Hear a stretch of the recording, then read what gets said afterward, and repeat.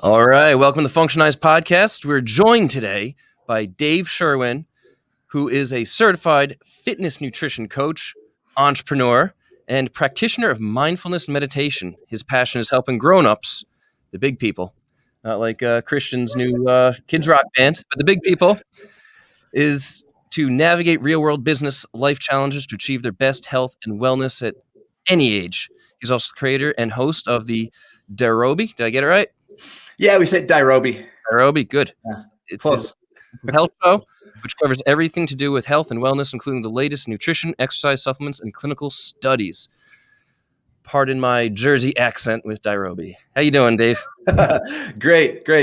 Listen, everyone gets it wrong. It's a tough name. It's from an old Sanskrit word, Dirobi, which means destroy your weakness.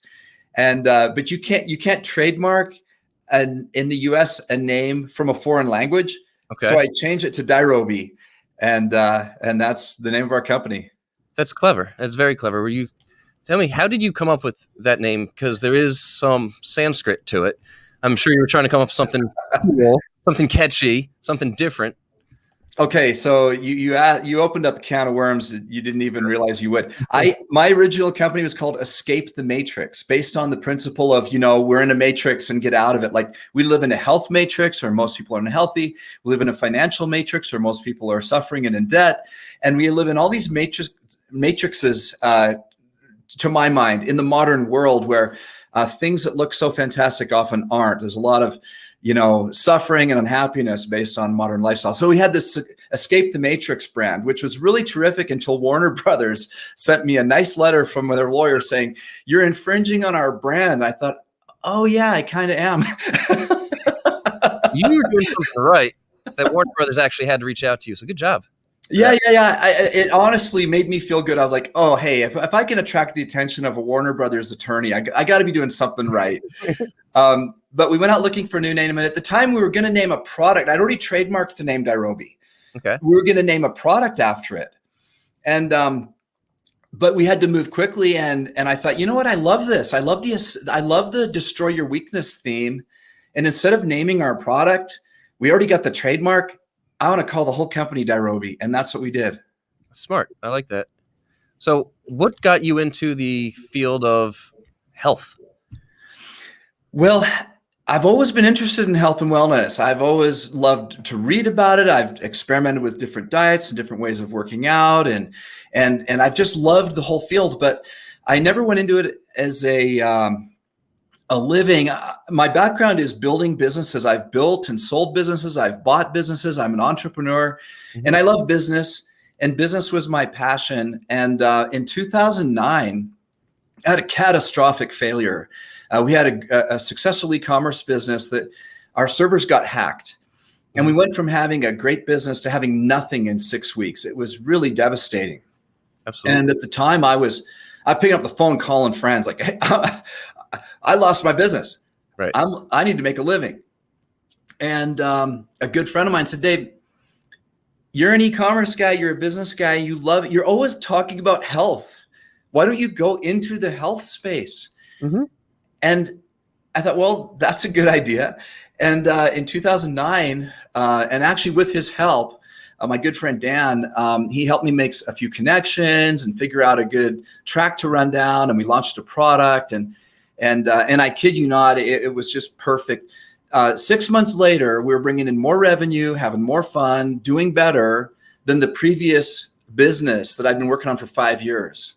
Isn't it amazing how adversity, like to go from one thing to another and get you to really you really want, it doesn't just happen through hard work over time. There's got to be some type of extreme adversity to make you pivot. What's up with that? It's like the universe sometimes just reaches out and slaps you up the side of the face and says, dummy, go that way. Exactly. And that's what I needed. Well, good. With your products, I was perusing your website. Where'd you go for the formulations? That's a great question. It starts with theory, right? So we first of all are looking for a need, and we usually start with filling deficiencies. A lot of people, when it comes to supplements, there's all kinds of shiny object supplements, right? Great. Yeah. Special juices from wild berries that only grow at a certain elevation on a magical mountain. Handpicked right? a certain person at a certain time of day when the moonlight. Yes, exactly. And so we kind of take an approach of, what are some real problems? For example, we started in weight loss. It was pretty simple. 60% of Americans are overweight. And we started with a weight loss product because it filled in a need. From there, the quest became, it's wonderful to get testimonials back from people when they lose weight. It's fantastic if someone tells you, I couldn't lose weight no matter what I did. I did your product and your protocol and lost 30 pounds. That's wonderful. But now as a seller, as a business person, you're like, I hope you keep it off. Right. And the problem was, for a few years there, I honestly didn't know what to tell people to keep it off. And we knew all the research was coming out that people were losing weight successfully in many different programs and putting it back on. And that's where over time I got my health certification. I really studied this. And so we moved from starting in a weight loss arena to really studying health and wellness and some of the triggers for that, both physiologically as well as emotionally, psychologically, et cetera. And what will people need moving on? What do you need for the rest of your life? What does a healthy body need? Look, what are the top deficiencies? And for example, our two of our best products. This is Mimi's Miracle Minerals, which has over 70 trace minerals in it. Trace minerals are core to the success of the functioning of our body. The electrolytes, the minerals, and most people are deficient in minerals. And so a top quality mineral supplement. Mimi's Miracle Multi, this one really could answer your question a little bit more accurately. You asked me, how do we formulate? Well, with this one, we really studied, what do grownups need? What are they deficient in? Because filling in deficiencies is primary to supplementation. Right. There's no use taking the magical wild berry juice if you're deficient in vitamin D, right? Right. Vitamin D is mundane. But the fact is, when you put together the things that most people are deficient in, including zinc and chromium and the various things that most people are deficient in, and you put that all in one formula, now you're addressing core needs that people have. Mm-hmm. And then don't get me wrong, from there's some wonderful supplements that we don't really need. For example, I don't sell a pre-workout. I'm not really interested in that space, but I like a pre-workout. Mm-hmm. I take a pre-workout because it wakes me up, gives me a little more energy, and I feel like I get a better workout if I take it. But I wouldn't take a pre-workout if I'm not taking a vitamin mineral supplement, right? So it comes up. So we start with the philosophy, and then we've got two PhD. One guy is PhD in chemistry and one in nutrition that I can go to and say, okay, I got this idea. These are the deficiencies I want to address. And here's the things I think it needs. Could you look at this formula and tell me what you would do to tweak it? How much zinc do we need? How much vitamin D? How much chromium? Mm-hmm. And then what would also be synergistic to those things? And then how do we make sure that it doesn't, go bad, right? You got to make sure things have an expiration date. Mm-hmm. And then what other cool things would really make this a wonderful formula? And so I bounce it off those guys. Then we come up with the formulation. And then we go to market. Yes. Do you enjoy that part, formulating your formulas, or selling them better? What gets you more excited? I don't enjoy the formulation part. As a matter of fact, we're not formulating right now. We have one more product coming out, and really, I'm in the business of now doing something that's really, really hard, and that is we're selling stuff that's pretty boring, right? Okay. In health, everyone wants the shiny object. Of course, all the time. Magic pill. Right? And what I'm trying to sell people on is the basics. I'm trying to sell people on exercise every day. Take your vitamins. Take your minerals. But that's boring. It's boring. It's easy to do, right? And we are now in the business of trying to sell people on getting rid of shiny object syndrome, mm-hmm. settling down into a mundane but very, very fulfilling health regimen where they achieve their goals, maintain their goals, and feel terrific and have lots of energy and sleep well and all those great things without spending a ton of money and without buying course after course and without yo-yo dieting. Right. I mean, it's easy, as you know, to buy thousands. I'm serious, thousands of dollars of supplements every month. One guy I know, he says he's got the most expensive urine in the world, and he's okay with that. All right. Yeah. In order to achieve these, there's probably got to be some habits formed, right? Yes. You got any health habits that you might refer to here? I do. I do. Yeah. Tee that one up for me. Yeah, thank you. 7 habits. I'd love to call it, 7 habits of highly effective people, but that's been used. So, yeah. So, but there are 7 habits. And again, the hard part is I can read these to people and they usually nod their head and go, yeah, that sounds good. And I said, look, if you just live them, right? Right. Or worse, people go, oh, I already do that. I go, really? Track it for 3 days and get back to me. It's amazing when you quantify things, when you realize that you're not doing it or you're not doing it right, or there's so much you could do more.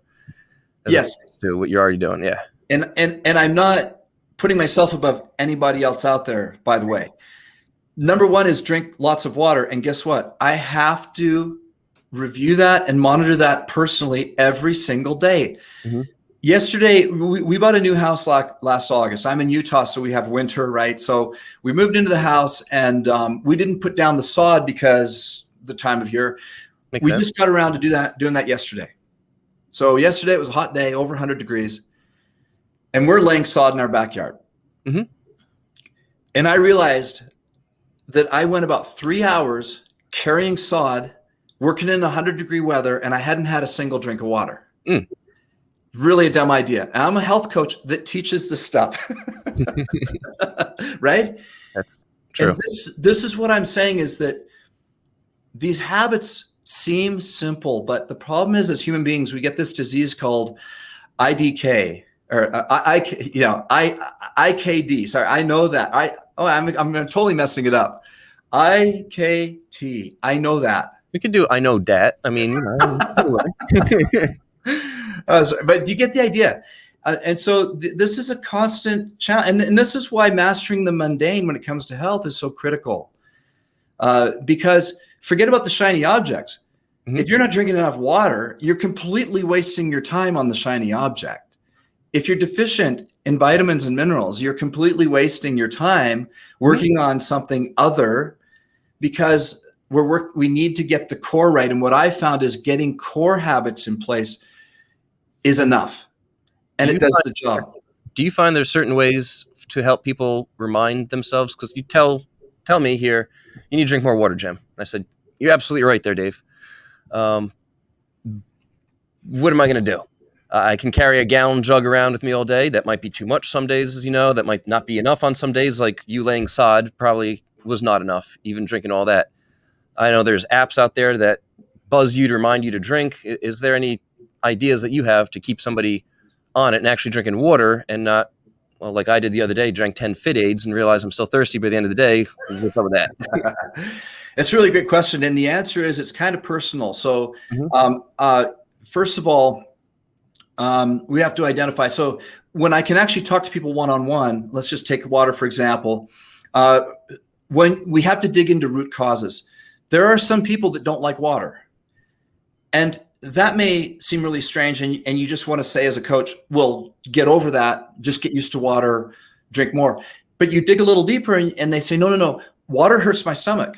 This is a real thing. Many people have told me this. And that's when I say, you know what? Add electrolytes to your water. It'll break down the surface tension, and now your body will be able to drink it. You can do that. There's a product from Zuma Worldwide. We actually resell it on our website called X2O Extreme Water, and it does this. Our Mimi's Miracle Mineral product does this. Any cheap electrolyte from the health food store does this if you don't want to buy my stuff, right? So when you add minerals and electrolytes to water, you might be amazed how much better you hydrate, okay? Right. So all of these things are personal. For some of these things are very easy. For example, one of the things I teach, number 6 is exercise every day. Now, for me, that's fun. I don't skip a workout because when I wake up in the morning, I'm excited to work out. Now, but I understand that many, many people are not excited to exercise, and it's their Achilles heel. I get it. It takes time. It hurts. You sweat. You got to it's a deal. Yes. And so it's all personal. So the best answer is, first of all, embrace it. Embrace these simple habits and commit to them. And from there, identify your weaknesses. Why is it that one in particular is hard? Maybe start with one. Let me read you the 7, Jim. How about that? I'll read you the whole 7, and then maybe that we can flesh out the question a little bit more too. Sure. So 1 is drink lots of water and avoid drinking calories, especially if you're trying to lose weight. Stop drinking calories. Yes. Number 2, eat all your food slowly and mindfully. Again, for some people, they've been slow eaters since they were a child. That's me. I was the kid at the table that they're saying, hurry up and eat. We got to go. Other people, this is their challenge. They eat way too fast. Yep.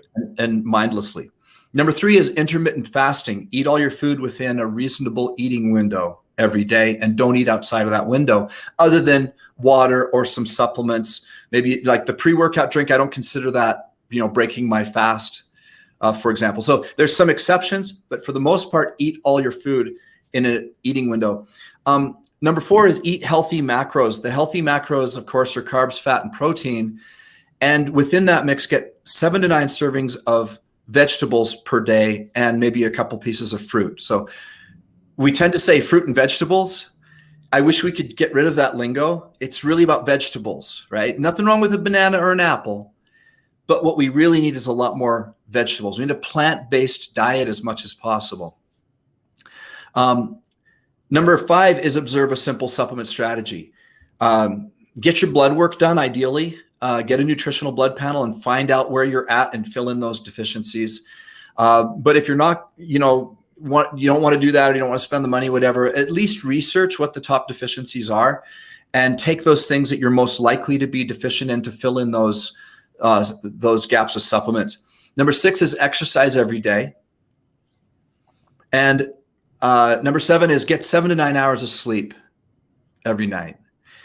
So those are the 7. And so now I've listed that whole thing, back to your question of, these are not that hard to do. They really aren't. But some of them are harder for people than others are. And doing all 7 every day, that can be a many-month challenge to accomplish that. Oh, absolutely. I mean, they are habits, and habits are not formed immediately. Right. People are going to screw up as they're going along. And hopefully they start to break those negative patterns and develop more positive patterns along the way. Yeah. You brought up there also testing. Yeah. And that's something that we do all the time. I always say, if you ain't testing, you're guessing, and always test for success. There's no point in overloading a guy with low testosterone, for instance, with zinc, despite the evidence that zinc may help elevate testosterone if the guy has an abundance of zinc in his system. So same as vitamin D. I've mentioned vitamin D a couple times. You can have too much vitamin D. Yep. And so, zinc and vitamin D are 2 of those that they can become toxic. And some vitamins and minerals our body will just expel if there's too much. Others will cause problems. Yep. See, there's negative feedback loops on some of them, negative bell curves, I should say, on some of them. Zinc, selenium, too much, and you start to have that negative effect on you. And that's something, when you brought up testing, I'm a huge, huge advocate of that, because what we think we may need, well, let's face it, we don't know jack. Let's just quantify it. We got the statistics, the hard numbers. Now we know what we need, and much better suited for whatever it is to fill those gaps. Yeah. Data, not dogma. Exactly. It's amazing how many people I've talked to who say some cool marketing supplement or marketing company is advertising a supplement on Facebook. It's so cool, they just got to click it and buy it. And before you know it, they've got this list that they're taking here of things, and they're on the auto ships, and I'm saying, what are you doing? It looked cool. Yes, and so you and I deal with that same thing. Now, the problem I have is as much as I teach this, the fact is most people don't do it, and they don't want to do it. Mm-hmm. And so to those people, I say, well, first of all, when I started doing this, it's been about 6 or 7 years ago now that I did my first nutritional blood panel. And back then it was $500, and that's a chunk of change. And to me, it was really cool. I'm very interested in biohacking. I really like knowing what's going on inside my body. And it was really exciting and cool to get those results. Today, I can get that exact same blood panel done for about $150. And so wonderfully, these things have gotten less and less expensive. As a matter of fact, you can go to Amazon and just search nutritional blood panel or nutritional blood test or some search like that. And all kinds of them will pop up. Now, Jim, you might have your own favorites that you recommend, and you frankly probably know more about this than I do. This is not my expertise. Mm-hmm. I recommend it, but I don't have a go-to company that I recommend. I kind of let people just choose, and I just kind of, I'm just a guy who's giving advice in this arena. Now, do you have a company you prefer for testing? Typically, we use Vibrant America. Okay. For all the lab testing. Every once in a while, we'll use Genova as well for another test. We use another company for genomic testing. If you want to see if what you're doing is actually helping with anti-aging, your telomere is getting shorter, they staying longer, at what rate. So those are some cool things that we can do. Very cool. When it comes down to the actual supplementation, I'll ask you, see what your experience is. What we found is, at first, if we just give somebody the lab results, say, go ahead, you're off to the races now. They have no clue. Now you take a doctor or two and put on the Sherlock Holmes cap, as we say, and we go to work and we can figure out what you need, why you need it, how long you need it, and really fill in those gaps for the most benefit and see if somebody continuously is deficient. And if they're continuously deficient, then there might be something environmental to change as well. It gets as complicated as you want it to get, really. Yeah, and therein lies the difficulty, right? So, for example, the last test I had done was just a few months ago, and it was a mineral panel only, just trace and macro minerals. Happily, being a trace mineral seller, I was very pleased that I was not deficient on any trace minerals. I was like, yeah. I am my own testimonial for my trace mineral product, but I was deficient a little bit in calcium, magnesium, selenium, and potassium. Okay. I know a guy that has got a supplement with all those things in it. What's that? I said, I know a guy that's got a supplement with all those things in it. His name is something or other. Yeah. Well, you might not like it. Well, here's the thing. I'll tell you what I did, though. Mm-hmm. And this is always the way I do it, by the way, I started with nutrition. So for the potassium, I realized I hadn't been eating very many bananas. I added a banana a day to my regimen. Now, I haven't retested, but since I found out I was deficient in potassium, I tried to fill in the deficiency with food. Okay. Mm-hmm. And that's always the way that I do it. It's the same with the calcium. I want the calcium from green leafy vegetables, right? So I changed my breakfast routine and I went back to green smoothies, which is something I used to do quite a bit of. Mm-hmm. And I moved away from it to a different breakfast. When I found out I was deficient in calcium, I didn't want to supplement with calcium. And so what I did is I started adding a lot more green leafy vegetables. And I'll just put this, I'll just be honest. I don't like salads very much. And I'd much rather shove a bunch of, green leafy vegetables into a blender and then make it taste nice with the other elements, berries and banana, right? Yep. And now the magnesium, though, I use a supplement, but magnesium also helps you sleep. Now, number 7 of my points is 7 to 9 hours of sleep. And so and magnesium also, as you know, can really affect your stomach in a negative way. And so I have a spray. And if you spray magnesium on your thighs before you go to bed, mm-hmm. It absorbs well. It doesn't go through your stomach, and it helps you sleep better. And it's wonderful for recovery. For those of you who have a leg day in your world, spray magnesium on your thighs before you go to bed that night, and you'll be surprised how much better you recover doing that. So, Jim, this is the way I try to do it. I try to keep supplements. Even though I'm a supplement guy, I make my living selling supplements. Mm-hmm. I want people to use them to supplement. To supplement what? To supplement a healthy diet and lifestyle. Yes. Not to supplement the stuff they don't want to do. Not to be the person you mentioned who just seems to be in love with buying supplements and shiny objects and spending all this money.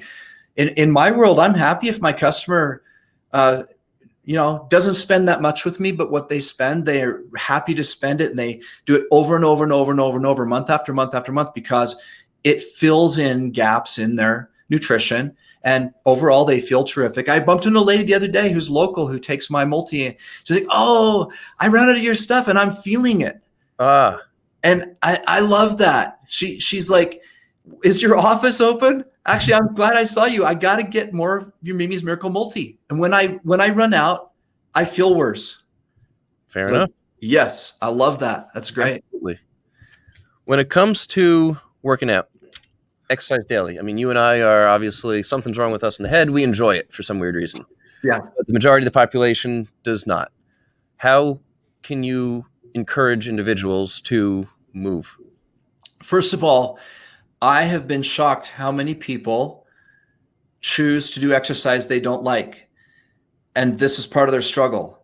Mm-hmm. They think of going to the gym. So the people who weren't raised in an athletic background, people who just, they are not from an athletic family, exercising wasn't part of their MO. They often think, I got to dress my body that I'm not that happy with at the moment, mm-hmm. and go into a gym where people are going to be looking at me, and I got to start doing these movements I'm uncomfortable with. No, and no. You don't have to buy expensive clothes. You don't have to go where anyone else is watching you. And why don't you find something you really, really enjoy? There's just too many great things to do that you can do in the privacy of your own house. Yep. For you. So this is the starting point, Jim, is helping people. Like, do you like riding a bike? When you were a child, did you like riding your bike? Yeah. Guess what? You're still a child and you still like riding your bike. Yep. Go ride your frickin' bike. It's that simple. It's that simple. Just let your kid out and play. Really. Let your inner kid. What did you love to do when you were a kid? Mm-hmm. What have you thought of doing? Do you have a lake nearby? Have you driven by it and seen people on their paddle boards and thought that looks fun? Go try it. Works all your stabilizing muscles. It looks so easy, but guess what? It's not that easy. Get a couple waves going on that lake, and all of a sudden, you're getting a stand-up functional workout. Trust me. Oh yeah. Every time I've seen one of those out there, I think it's fun. Get out there and realize this sucks. Why did I think yeah, and so I start with that. I start with, what do you enjoy? Let's find something you enjoy, and then we can work on consistency. Then we can work on goals, and we can work on, improving from there. But it all starts with something that is satisfying to you. Now, this is a tricky thing. Mm-hmm. I used to hate running. Hate running. My introduction to athletics was basketball. Okay. And I played high school basketball. I never became a great basketball player, but I hated when we had to go run, which we had to do as part of being on the basketball team. Hated running. Mm-hmm. But I loved basketball. Now, when I turned 40, I was not enjoying basketball anymore. I played basketball consistently from high school to age 40. And a buddy of mine had done a mini triathlon. And I had been thinking, I can't play basketball forever. And he told me, I did this mini triathlon. It was a lot of fun. And I thought, well, swimming, biking, running, that's a pretty healthy regimen. But I hate running. And he said, Dave, it was so fun, though. It's a race, and I was like, also, it sounds really long and awful, He's like, no, I did this mini triathlon, half a mile swim, 12 miles on the bike, run a 5K. And I was like, that sounds actually pretty good. And I can see myself being very fit if I did those things. So I started running, even though I hated it, because I wanted to do a triathlon. Guess what? 6 months later, mm-hmm. I was up on a mountain trail with a triathlon club running group. There's about 8 of us. We're running down this trail, the Great Western. Mm-hmm. And I realized I love this. Mm. I absolutely love this. And for years, so I changed. I changed from hating running to it being one of the greatest experiences of my life. And I did many, many races, 5Ks, 10Ks, half marathons. I did 1 marathon. I did many triathlons, and it was super fulfilling. And over time, running became my strength. Mm-hmm. So I think that's true for many people. There could be something that you currently don't like and don't think you could like, that you have to give 90 days to 6 months of effort. Maybe something that your body is kind of designed for. Like, for example, this is another thing, is just take your genetics. There's three different body types. There's mesomorphs, ectomorphs, and endomorphs, mesomorphs, and ectomorphs. There you go. Yep. And those body styles are conducive to different types of activity.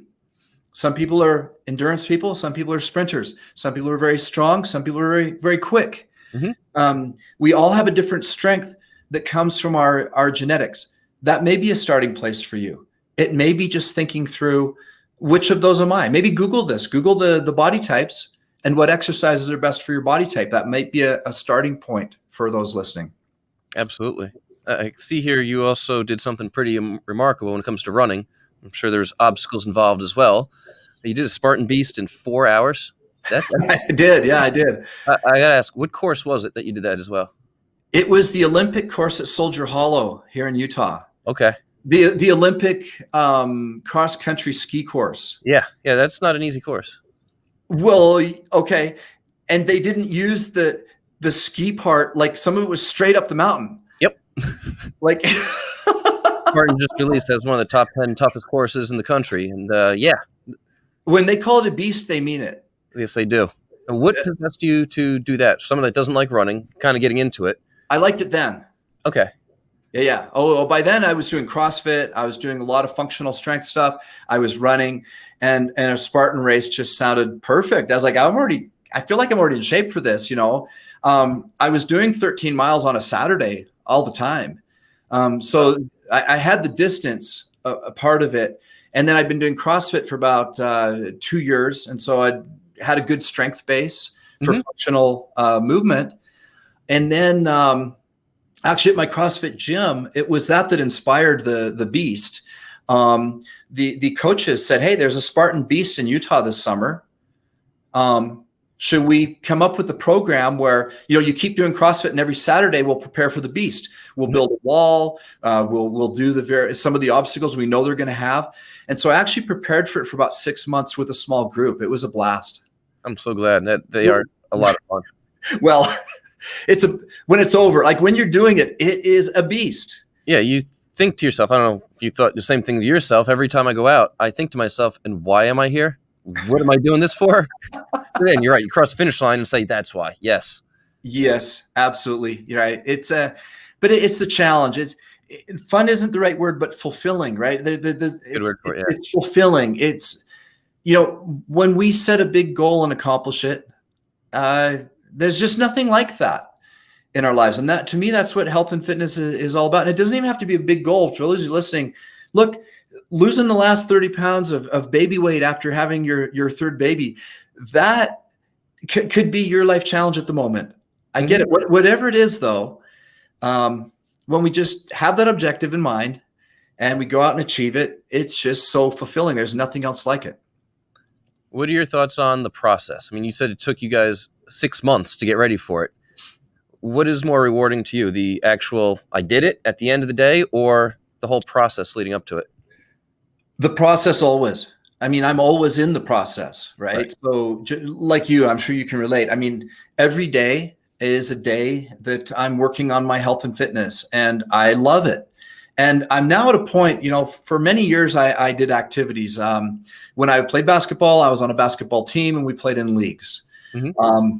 I played volleyball for several years. Same thing, was in leagues, and we could do well in the season, and then hopefully move on and play in the final, play in the tournaments and stuff like that. And when I did triathlon, there was always a race coming up. And I'm 55 now, and I don't have anything scheduled. It used to be there was always something on my schedule, right? But I've just kind of gotten to the point where every day is terrific and I just enjoy the process. So when you ask about the process versus the race, I don't even have the races in my life anymore, just the process. And I thoroughly enjoy it. I've changed my routine a little bit. My workout this morning was single leg squats on a box, side lunges, pull-ups, and push-ups down into rings. Mm-hmm. Right? Those 4 activities. So I did 1,000 meters on the rowing machine to warm up. And now I have a hitting mat. I love golf. Okay. I'm a golfer. And I have a hitting mat in my garage. And so I did like 10 pull-ups, Mhm. and then I hit 10 balls on the mat. And I did 10 squats, hit 10 balls. I love it. 10 side lunges, hit 10 balls. So I play golf tournaments, and I'm a senior in golf, which kind of is funny to me, but over 50 Yep. in golf, you're a senior, right? And it's pretty cool. I can still hit 300 plus yard drives, and I'm playing against guys who can't. So I'm sorry, but this is the advantage of trying to stay healthy well into your, as you get older and older. Most people let their health go. It's a good segue there. I hear people all the time telling me, not bad for my age. I'm 55, I'm 65, I'm 70. For my age, this is good. And I keep scratching my head saying, what's the age really got to do with it? You're obese. You're deficient in this. I mean, your body's falling apart, but they're using it as a justification of, I'm 60. So therefore, it's okay. And I'm supposed to see these signs of aging. And it seems like you are a prime example of just erasing that thought process altogether. I have good examples around me. When I was in triathlon, there was a nationally top-rated triathlete who's exactly 10 years older than me. And his name is Gary. And I joined a triathlon club. And so often on runs and bikes and stuff, he was there. And I thought, well, he's really, and now I was 40 when I started triathlon. So he was 50. Mm-hmm. And he was nationally ranked as a triathlete. And so I kind of took him as a mentor, and he was very good about mentoring. So I just thought, I'm going to, get all I can. Anyone who's nationally ranked, I want to know what they know. Of course. Now we become very good friends. As a matter of fact, he's also a golfer. We golf in a men's league every Tuesday. He's now 65. And 2 years ago, he won a local triathlon with 200 people. And I don't mean won his age group. Mm-hmm. At 65 years old, he crossed the finish line first before all the 20-somethings, 30-somethings, 40-somethings. Love it. Awesome. Okay. Yeah. These guys all watched the back of his gray head as he crossed the finish line before them all, right? And so two points to that story. Number one is hang out with people who are doing what you want to do. Mm-hmm. Birds of a feather. It's a true thing. Get with healthy people. If you're aging and you're feeling like you're starting to deteriorate a little bit or whatever, find someone older than you who's in better shape than you and hang with them. They'll be happy to have you do it. Mm-hmm. Right? Learn from them. But get away from a crowd that's bringing you down, and make sure you got people in your life that are in the position you want to be in. Yeah, it's beyond valuable what you just said there, whether it's athletics and fitness or business, family. I mean, whatever it is, surround yourself with people that you want to be like. Yep, absolutely. It's the same in business. If you're the richest person in the room, you're in the wrong room. Yeah, exactly. If you want to be more successful financially, find people that are very successful. And what I have found is that people are awesome. And when they find out that you'd like to learn from them, mm-hmm. the vast majority of successful people, the vast majority of healthy people, if someone comes to them and says, you know what, you've achieved something that I respect, and I wonder if you could give me some advice. I wonder if I could come to the gym with you. I wonder if you could just look at my nutrition. Guess what? I've yet to find someone who's upset with me asking them that question. I have very, very good friends now in my life mm-hmm. that started with me approaching them saying, you know what, you've accomplished something here. Would you mind can I take you to lunch and pick your brain on this? Mm-hmm. And those take you to lunch, pick your brain have evolved into lifetime friendships. I found the exact same thing. Getting into strength conditioning back in the day, surrounding myself with the top coaches, guys that are now in the Hall of Fame. To this day, we're still good friends. Yeah. Back then, I was just a little kid. Can I squirt down a table for you? Can I, go get your smoothies for you to leech any information I could get? And yeah, it's amazing how you find some good friends over time doing just that. It's powerful. Yeah. Especially in weight loss. For those of you who want to lose some weight, if you're listening and your big challenge right now in your life is to lose some weight, guess what? The science is clear. This is not just theoretical what we're talking about right now. This is important that you get around a healthy crowd. Mm-hmm. And if you're around a crowd that's not achieving their goals and you're with them, you're all going to stay the same as you are. Like there might be no better weight loss advice I could give than change. If you can't change the people around you, change the people around you. Right.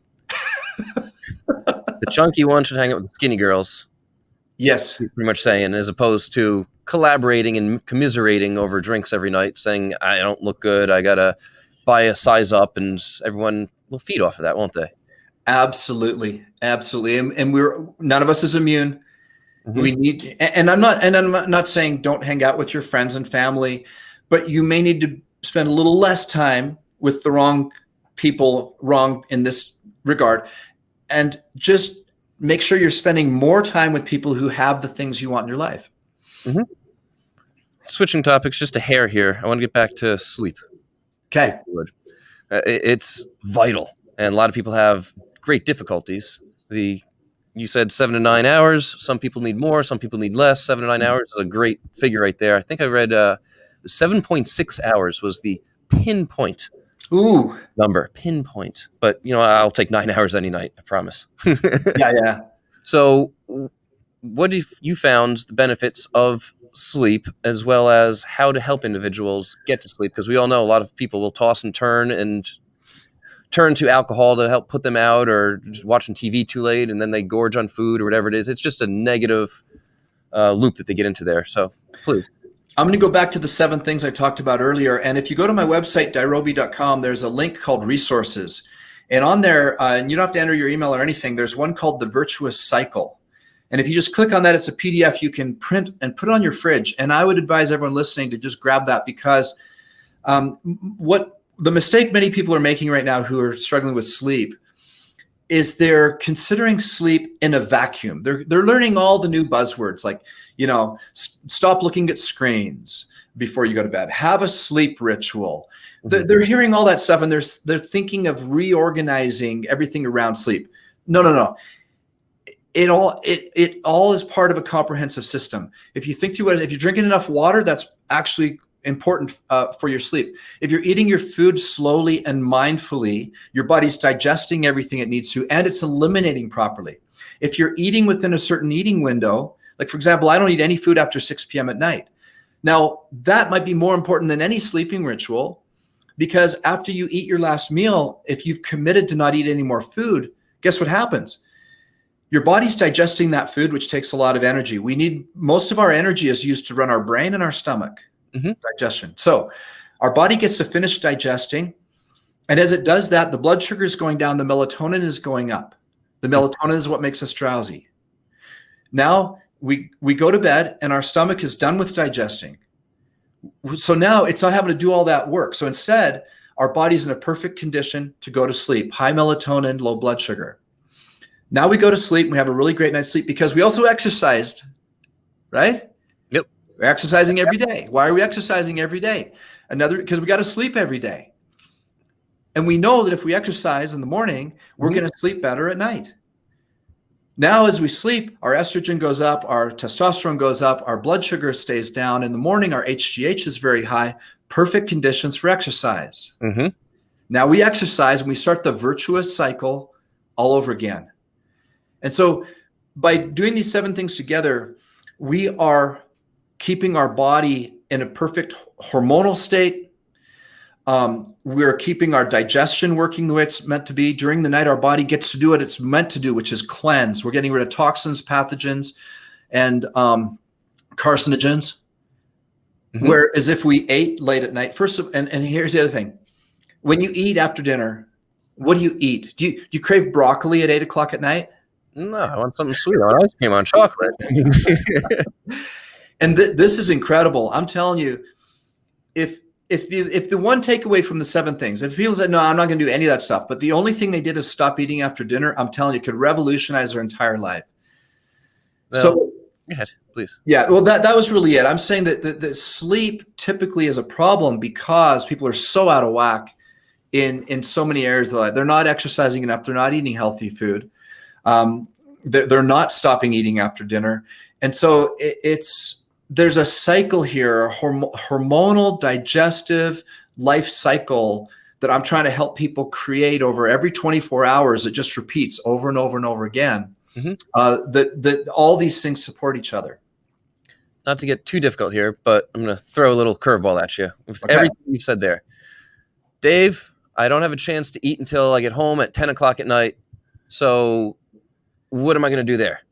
I can only eat it late at night, and then I got to go to bed right away and then get up early in the morning and, going down that path. I mean, pretty much they're giving you excuses for everything. You and I both know that you can do anything you want to do if you actually want to do it. But a lot of other individuals still have those mental barriers that they're not ready to for some reason. For some, it's mental barriers. For others, it's reality.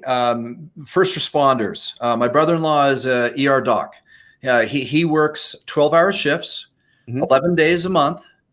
But half of those are from 6 p.m. to 6 a.m. He can't live the virtuous cycle while he's helping people who just got in a car accident all through the night, right? Fire, first responders, shift workers. So first of all, for those of you listening, I would determine if what Jim said, if you are the one who's just making an excuse, if you just make an excuse, figure that out. Don't lie to yourself. Try to really be honest. Am I not living these things just because I'm making excuses? If you eliminate that and you are truly an ER doc or someone on shift work or whatever, from there, the answer is you do your best. You just do your best. And for some people, another one that I get is exercise in the morning. I strongly encourage exercise first thing in the morning just because we're in such a perfect state for exercise. And many people who exercise in the evening, they're raising the exact wrong hormones. They're raising their cortisol, their stress hormone. And many of you listening have probably had this experience where you did some athletic venture at night and then you went home and you're wired. Right. Put your head down on the pillow. You can't sleep. Well, that's because your hormones are completely whacked. The wrong hormones are up and the right ones are down. And so you just can't fall asleep. So the answer is understand these 7 points and implement them the best that you can when you can. Make sure you're not making excuses. At night, the foods we crave, this is a real thing. We know from neuroscience that our reptile brain is a lot stronger in the evening than the alpha wave frontal cortex. This is why we do most of our best work in the morning, right? Right. We're smart. We're literally smarter in the morning than we are in the evening. So that's one of the areas. If you're a shift worker, it's way easier to eat crappy food in the evening because that's what your body is going to tell you it wants. And so you have to be even more careful to make sure that you have prepared to eat vegetables and healthy carbs, healthy fats, healthy proteins during that time. Because the fact is what we crave after dinner is usually junk. So you have to really fight that more than the average person. Makes all the sense in the world. Before we part, Dave, do you have any final words? And also, how do we find you? Yeah, thank you. Well, first of all, thank you so much for having me on. This has been a fun conversation. I've enjoyed it. I appreciate it. Secondly, final words. There is one other thing I'm passionate about and that I encourage people to do that kind of supports and underlies all of this, which is develop a habit of meditation. If in the morning you could, and it doesn't have to be anything complex. It doesn't have to be super long. Just even 10 minutes using a simple app like Waking Up or 10% Happier or Insight Timer. There's dozens of these things. They're very inexpensive, very simple to do. But the habit of meditation will help reduce stress and help us think more clearly and do things. We just perform much better in our life when our brain and our spirit is performing at its best, right? And so a habit of meditation in the morning when we're at that peak state, along with exercise, I think are just two of the greatest life habits you could develop. You can find information from us at dirobi.com. You see there's a spelling right there. I said the resources page, there's actually quite a few things there. We get quite a few compliments on the free stuff we give away on the resources page. So if that's all you go there for, that's cool. I mean, and I have a 10-page PDF there as well, that has more in depth on how to develop these 7 habits in your life. So love it. Absolutely. Thank you, Dave. Thank you so much. It's been an absolute pleasure, and we'll be talking soon. Expect this to be out in probably a week on the podcast player, and start the blast everywhere we can. Terrific. Thanks again. It's been a fun conversation, and you brought up a lot of great points. I appreciate it. Thank you so much, Dave. Have an amazing day. You too. Thank you.